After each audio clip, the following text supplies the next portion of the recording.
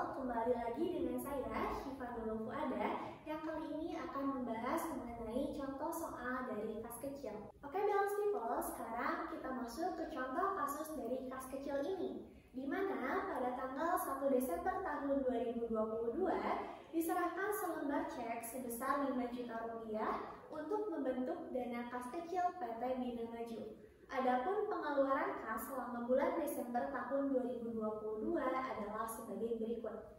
Pada tanggal 2 ada biaya langganan koran sebesar Rp200.000, tanggal 5 biaya telepon dan internet sebesar Rp300.000, tanggal 6 ada biaya makan karyawan lembur sebesar Rp150.000, tanggal 7 ada biaya listrik dan air sebesar Rp85.000, tanggal 9 ada biaya materai sebesar Rp100.000, tanggal 12 ada biaya perlengkapan kantor sebesar Rp300.000, tanggal 15 ada biaya alat tulis kantor sebesar Rp100.000, dan tanggal 16 ada biaya angkut sebesar Rp150.000.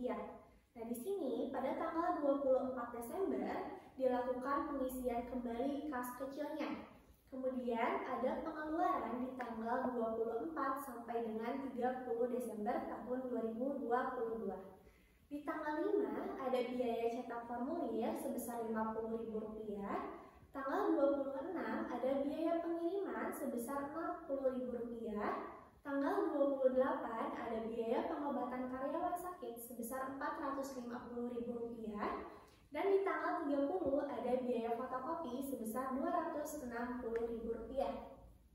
Kemudian, tanggal 30 Desember tahun 2022 dilakukan pengisian kembali kas kecil dan menambah jumlah kas kecil menjadi Rp5.330.000. Dari data tersebut diminta, buatlah jurnal yang diperlukan untuk mencatat kas kecil jika pada tanggal 30 Desember tahun 2022 dilakukan pengisian kembali dan pada tanggal 30 Desember tahun 2022 tidak dilakukan pengisian kembali. Nah, di sini pada tanggal 24 Desember dilakukan pengisian kembali kas kecil. Kemudian selanjutnya ada transaksi-transaksi dari tanggal 24 Desember sampai 30 Desember. Pada tanggal 25 Desember ada biaya cetak formulir sebesar Rp50.000. Tanggal 26 Desember ada biaya pengiriman sebesar Rp60.000. Tanggal 28 ada biaya pengobatan karyawan sakit sebesar Rp450.000. Dan tanggal 30 Desember ada biaya fotokopi sebesar Rp260.000. Tanggal 31 Desember 2022 dilakukan pengisian kembali kas kecil dan menambah jumlah kas kecil menjadi Rp5.330.000. Di mana dari data tersebut diminta, buatlah jurnal yang diperlukan untuk mencatat kas kecil yang dimana pada tanggal 31 Desember tahun 2022 dilakukan pengisian kembali dan pada tanggal 30 Desember 2022 tidak dilakukan pengisian kembali. Dari data tersebut diminta, buatlah jurnal yang diperlukan untuk mencatat kas kecil tersebut di mana pada tanggal 31 Desember 2022 dilakukan pengisian kembali dan pada tanggal 31 Desember tahun 2022 tidak dilakukan pengisian kembali. Oke, Balance People, sekarang kita akan masuk ke jawaban dari latihan soalnya ya. Karena tadi sudah disinggung bahwa untuk pengisian kembali dana kas kecil ini ada dua metode, jadi kita juga akan mengerjakan di dua metode tersebut, yaitu metode impres dan metode fluktuasi. Oke, kita masuk di tanggal 1, yaitu ketika dana kas kecilnya dibentuk, maka untuk jurnalnya di metode impres maupun di metode fluktuasi itu sama. Di sisi debitnya ada kas kecil dan di sisi kreditnya ada kas, yaitu sebesar Rp5 juta. Selanjutnya di tanggal 2 ini ada biaya langganan koran. Untuk metode impres itu tidak ada, kita masuk saja ke metode fluktuasi. Untuk jurnalnya di sisi debit ada biaya langganan koran sebesar Rp200.000 dan di sisi kreditnya ada kas kecil sebesar Rp200.000. Selanjutnya di tanggal 5 itu ada biaya telepon dan internet sehingga jurnal yang dilakukan di sisi debit ada biaya telepon dan internet, di sisi kreditnya ada kas kecil dengan nominal Rp300.000. Di tanggal 6 ada transaksi untuk biaya makan karyawan lembur, maka untuk jurnalnya di sisi debit biaya makan karyawan lembur, di sisi kreditnya ada kas kecil senilai Rp150.000. Di tanggal 7 ada transaksi untuk biaya listrik dan air, maka untuk jurnalnya di sisi debit ada biaya listrik dan air, di sisi kreditnya ada kas kecil sebesar Rp85.000. Di tanggal 9 itu ada biaya materai, sehingga untuk jurnalnya di sisi debit biaya materai, di sisi kredit kas kecil senilai Rp100.000. Di tanggal 12 ada biaya perlengkapan kantor, sehingga jurnal yang timbul di sisi debit ada biaya perlengkapan kantor senilai Rp300.000 dan di sisi kreditnya ada kas kecil senilai Rp300.000. Di tanggal 15 ada transaksi untuk biaya alat tulis kantor, sehingga akun yang muncul di sisi debit ada biaya alat tulis kantor senilai Rp100.000 dan kas kecil di sisi kredit ada Rp100.000. Lalu di tanggal 16 ada transaksi untuk biaya angkut, maka jurnal yang dicatat di sisi debit adalah biaya angkut sebesar Rp150.000 dan di sisi kreditnya ada kas kecil senilai Rp150.000. Lalu di tanggal 24 ini ada pengisian kembali dana kas kecil, sehingga kas kecilnya akan terisi kembali sementara kas akan berkurang, maka untuk jurnal yang timbul yaitu kas kecil di sisi debit sebesar Rp1.385.000 dan kas di sisi kredit Rp1.385.000. Nominal tersebut didapat dari penjumlahan dari transaksi-transaksi sebelumnya. Begitupun di metode impres, karena tadi dari tanggal 2 sampai tanggal 16 tidak ada jurnal, akan dilakukan jurnal di tanggal 24 ini. Caranya dengan mendebit beban transaksi yang telah dilakukan sebelumnya. Biaya langganan koran di sisi debit sebesar Rp200.000, biaya telepon dan internet Rp300.000, biaya makanan karyawan lembur Rp150.000, biaya listrik dan air Rp85.000, biaya materai Rp100.000, biaya perlengkapan kantor Rp300.000, biaya alat tulis kantor Rp100.000, dan biaya angkut Rp150.000. Lalu di sisi kreditnya ada kas berkurang sebesar Rp1.385.000.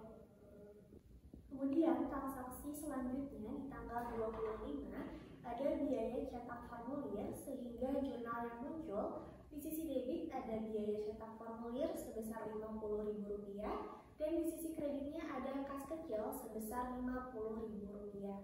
Lalu di tanggal 26 itu ada biaya pengiriman. Untuk jurnalnya di sisi debit ada biaya pengiriman, lalu di sisi kreditnya ada kas kecil senilai Rp60.000.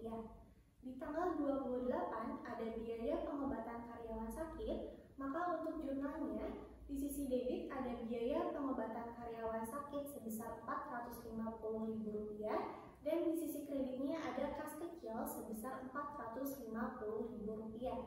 Lalu di tanggal 29 ada biaya fotokopi. Untuk jurnalnya di sisi debit ada biaya fotokopi sebesar Rp260.000 dan di sisi kredit ada kas kecil sebesar Rp260.000.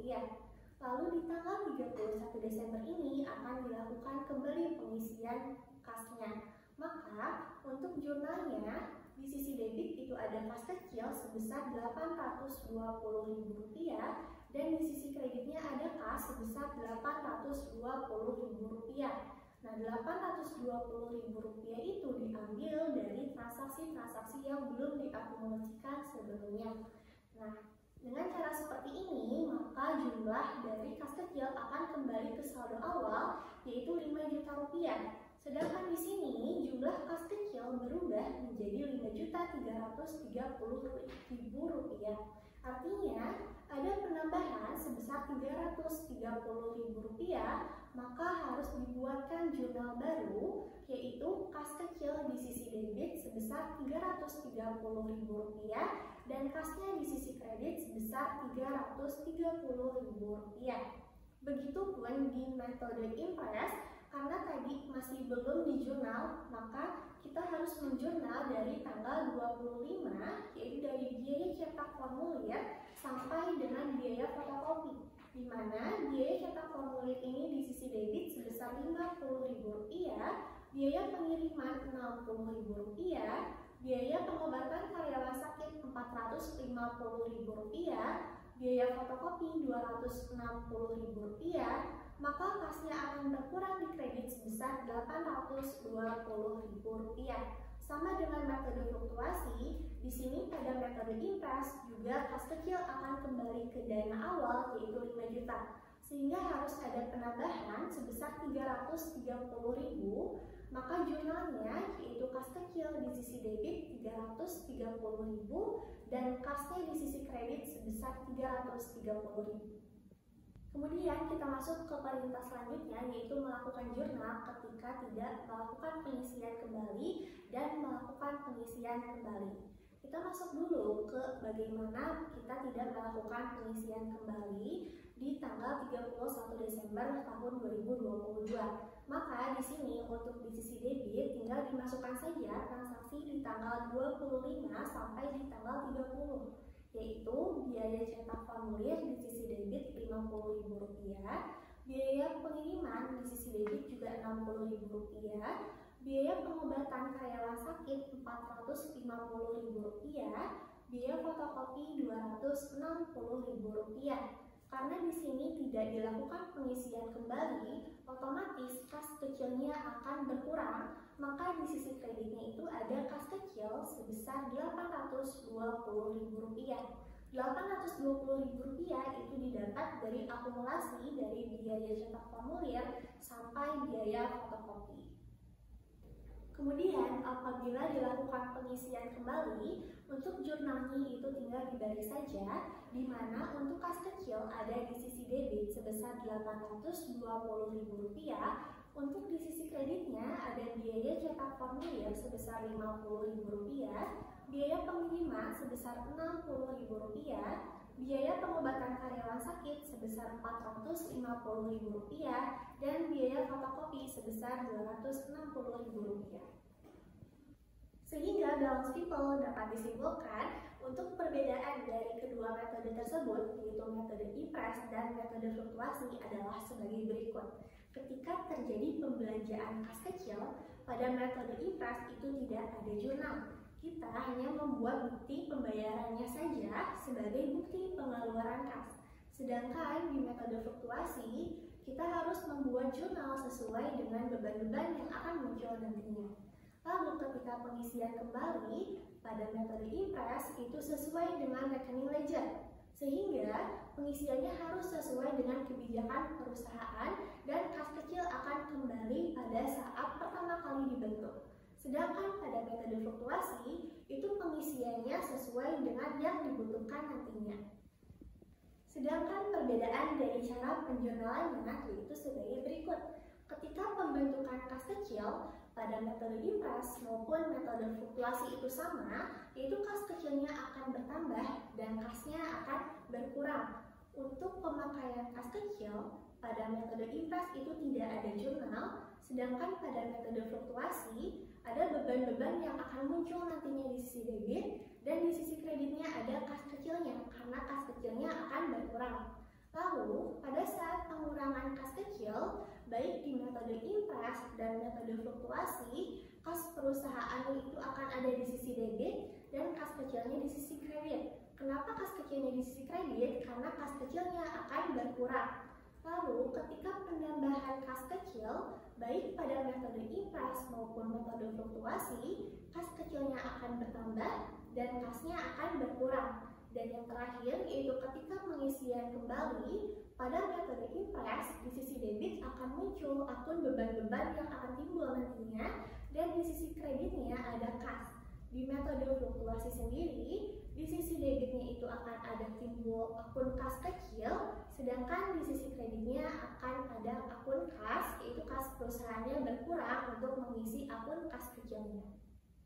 Dan yang terakhir yaitu ketika dilakukannya pengisian kembali, pada metode impres di sisi debit itu akan dicatat beban-beban yang sudah muncul pada transaksi sebelumnya, sedangkan di sisi kredit akan dicatat kas. Pada metode fluktuasi, di sisi debit ada kas kecil, di sisi kreditnya ada kas. Nah, itu dia pembahasan latihan soal di video kali ini. Balance People boleh komen di bawah untuk request materi apa yang akan dibahas selanjutnya. Jangan lupa klik tombol like, komen, share, dan subscribe. Saya Syifa Nurul Fuadah dan tim pamit undur diri. Sampai ketemu nanti. Wassalamualaikum warahmatullahi wabarakatuh.